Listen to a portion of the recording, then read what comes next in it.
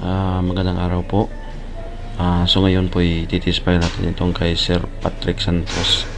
So ito yung order ni Sir Patrick Santos. Nahuli po ito kasi nga inuna natin yung heavy duty niya.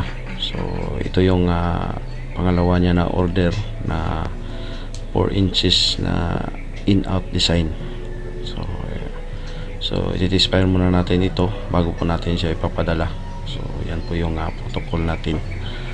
So ito ay papapuyin na natin.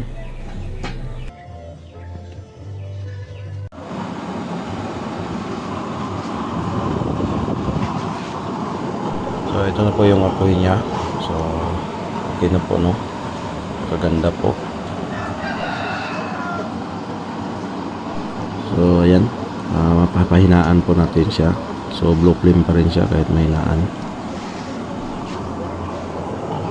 Ayan po. So lilinisan ko na lang po ito at ipapadala na po.